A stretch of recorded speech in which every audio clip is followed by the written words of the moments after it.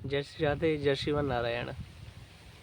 मैं नित्य प्रति आप भक्तों के लिए ही एक नया अध्याय, नया एक धारणा जो परमात्मा के प्रति हमारी भक्ति को दृढ़ करे, उसी विषय में मैं एक सत्र रखता हूँ। आइए, मेरे मन में एक विचार आया कि ये मन केंद्र बिंदु है परमात्मा की प्राप्ति का और पतन का भी बिंदु है।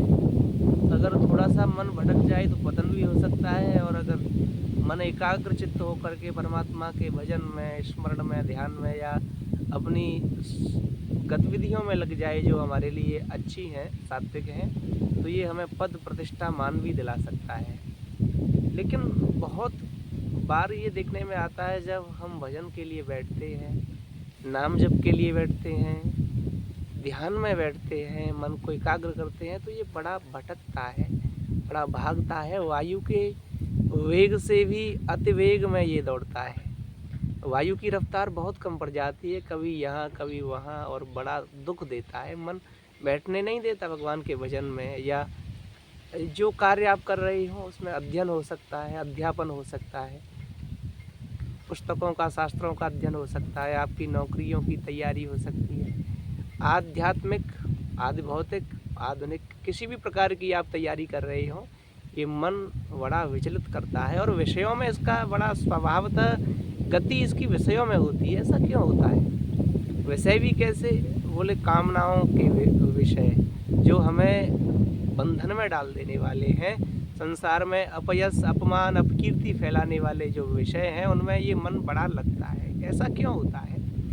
मन तो दर्पण है अपनी इंद्रियों का। इंद्रियों में भी पंच महाभूतों से बना ये अति अधम शरीर। गीता में भगवान ने कहा है अर्जुन से, नैव किंचित करोमीति युक्तो मन्येत तत्त्ववित् पश्यन् स्पृशन् जिघ्रन् श्वसन् गक्षन् स्वपन् श्वसन् इंद्रियाणि इंद्रियार्थेषु वर्तन्ते इति धारयन्।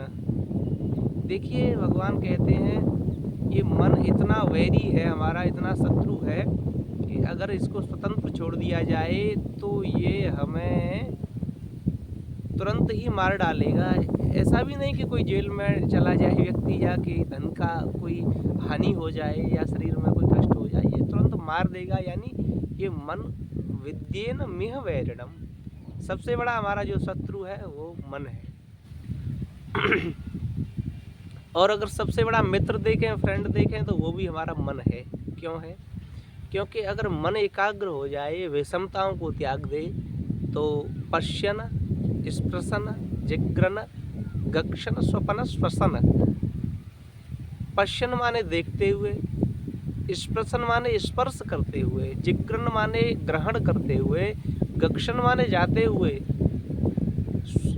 श्वसन माने श्वास लेते हुए, स्वप्न माने स्वप्न देखते हुए। ये इन गतियों में कोई भी गति नहीं बची। जागृत, स्वप्न, सुसुप्ति, यानी प्रेजेंट, फ्यूचर और पास्ट, इन सारी अवस्थाओं में अगर हमारा मन परमात्मा का नाम स्मरण करता है, या यूँ कहें कोई व्यक्ति गृहस्थी है, नौकरी कर रहा है, परिवार का पालन पोषण कर रहा है, और उसका मन कार्य भी कर रहा है, अपनी ड्यूटी भी निभा रहा है, अपने कर्म को भी कर रहा है, और कर्म करते करते मन में चिंतन, सतत चिंतन परमात्मा का चल रहा है, नाम स्मरण चल रहा है, तो ये मन फिर हमारा सबसे बड़ा मित्र है।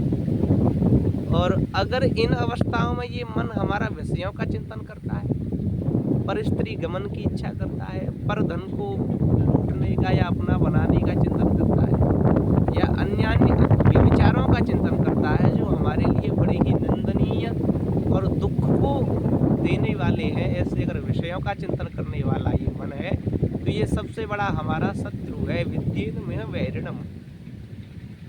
श्लोक में और गहराई से अगर इसका चिंतन करें तो नैव किंचित करोमीति युक्तो मन्येत तत्त्ववित्। युक्त, अगर आप युक्त आहार लेंगे, मन को साधने के कई उपाय हैं। अगर आप नेत्रों को बंद करके ऐसे परमात्मा का ध्यान करें, उनकी छवि का, कि भगवान श्री कृष्ण के बाल बड़े घुंघराले हैं, नेत्र बड़े ही सुंदर हैं, पर भगवान कृष्ण के जो ओष्ठ हैं, जो अधर हैं, वो बिंबा फल के समान है, मुख की कांति अरुणोदय के समान है।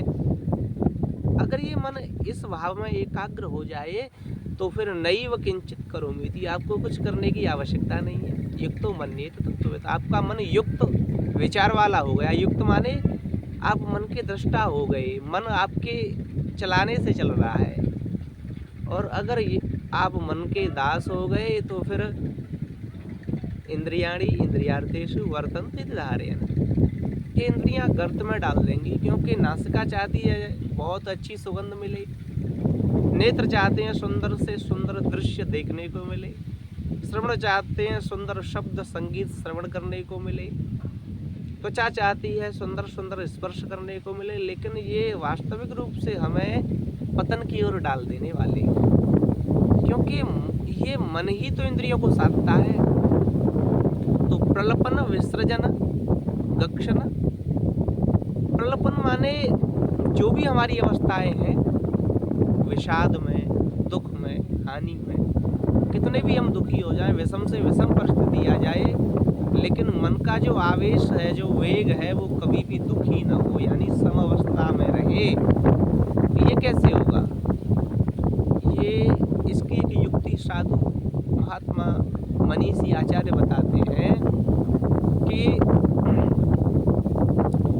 कोई सी भी अवस्था हो, ऐसा नहीं कि आप जागृत में हो, स्वप्न में हो, सुषुप्ति में हो, अशुद्धि अवस्था में हो। बोले भाव को भाव अनक आलस्टो नाम जपति मंगल दिश दस। हाथ साफ किए हो या नहीं किए हो, शौच कर रहे हो या फिर शुद्ध हो या बुद्ध हो, लेकिन परमात्मा का नाम कभी भी विस्मृत नहीं होना चाहिए। सदैव भगवान का नाम याद रहना चाहिए, तो आप अपने स्वरूप का आपको ज्ञान होता रहेगा।